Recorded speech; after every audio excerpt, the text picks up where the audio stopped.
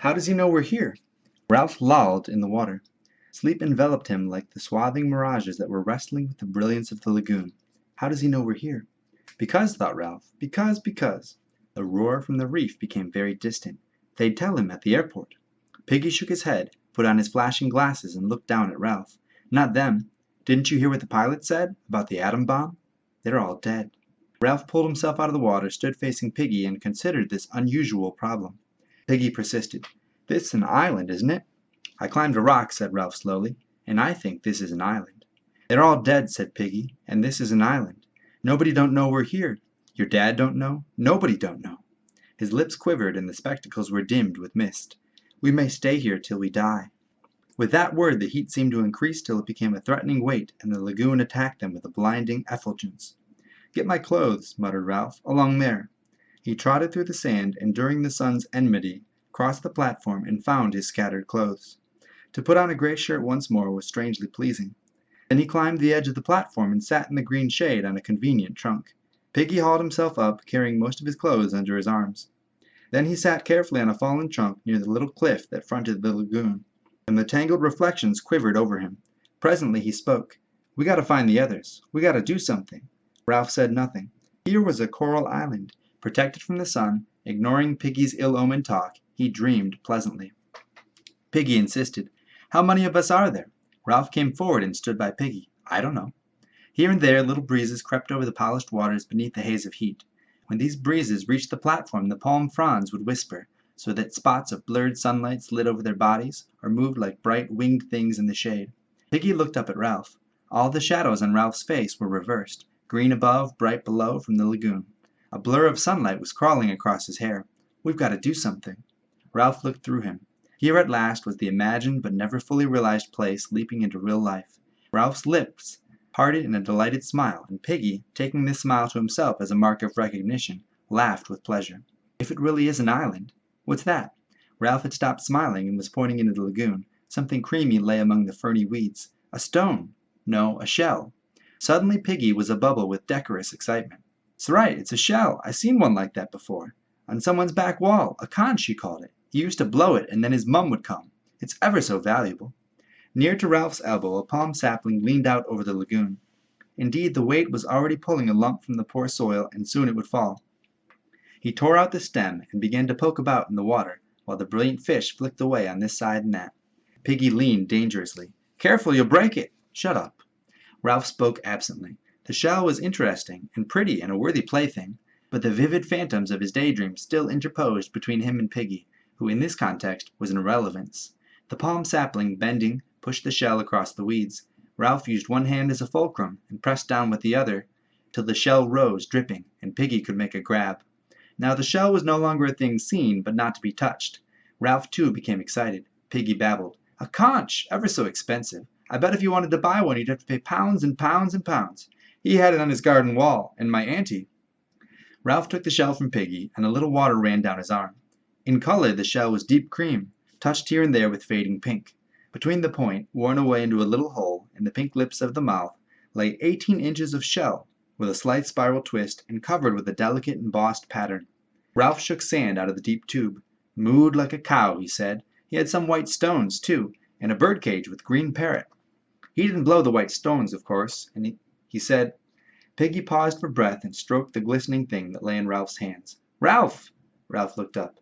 "We can use this to call the others, have a meeting. They'll come when they hear us." He beamed at Ralph. "That was what you meant, didn't you? That's why you got the conch out of the water?" Ralph pushed back his fair hair.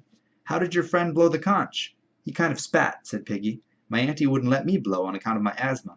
He said you blew from down here." Piggy laid a hand on his jutting abdomen. "You try, Ralph. You'll call the others." Doubtfully Ralph laid the small end of the shell against his mouth and blew. There came a rushing sound from its mouth, but nothing more. Ralph wiped the salt water off his lips and tried again, but the shell remained silent. He kind of spat. Ralph pursed his lips and squirted air into the shell, which emitted a low farting noise. This amused both boys so much that Ralph went on squirting for some minutes, between bouts of laughter. "He blew from down here." Ralph grasped the idea and hit the shell with air from his diaphragm. Immediately the thing sounded. A deep, harsh note boomed under the palm, spread out through the intricacies of the forest, and echoed back from the pink granite of the mountain. Clouds of birds rose from the treetops, and something squealed and ran in the undergrowth.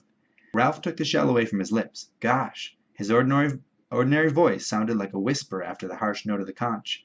He laid the conch against his lips, took a deep breath, and blew once more. The note boomed again, and then at his firmer pressure the note, fluking up an octave, became a strident blare, more penetrating than before. Piggy was shouting something, his face pleased, his glasses flashing. The birds cried, small animals scuttered, Ralph's breath failed. The note dropped the octave, became a low wubber, was a rush of air. The conch was silent, a gleaming tusk. Ralph's face was dark with breathlessness, and the air over the island was full of bird clamor and echoes ringing. I bet you can hear that for miles. Ralph found his breath and blew a series of short blasts. Piggy exclaimed, "There's one!" A child had appeared among the palms, about 100 yards along the beach. He was a boy of perhaps 6 years, sturdy and fair, his clothes torn, his face covered with a sticky mess of fruit. His trousers had been lowered for an obvious purpose, and had only been pulled back halfway. He jumped off the palm terrace into the sand, and his trousers fell about his ankles. He stepped out of them and trotted to the platform. Piggy helped him up. Meanwhile Ralph continued to blow till voices shouted in the forest. The small boy squatted in front of Ralph, looking up brightly and vertically. As he received the reassurance of something purposefully being done, he began to look satisfied, and his only clean digit, a pink thumb, slid into his mouth. Piggy leaned down to him. "What's your name?" "Johnny." Piggy muttered the name to himself, and then shouted it to Ralph, who was not interested because he was still blowing. His face was dark with the violent pleasure of making this stupendous noise, and his heart was making the stretched shirt shake. The shouting in the forest was nearer.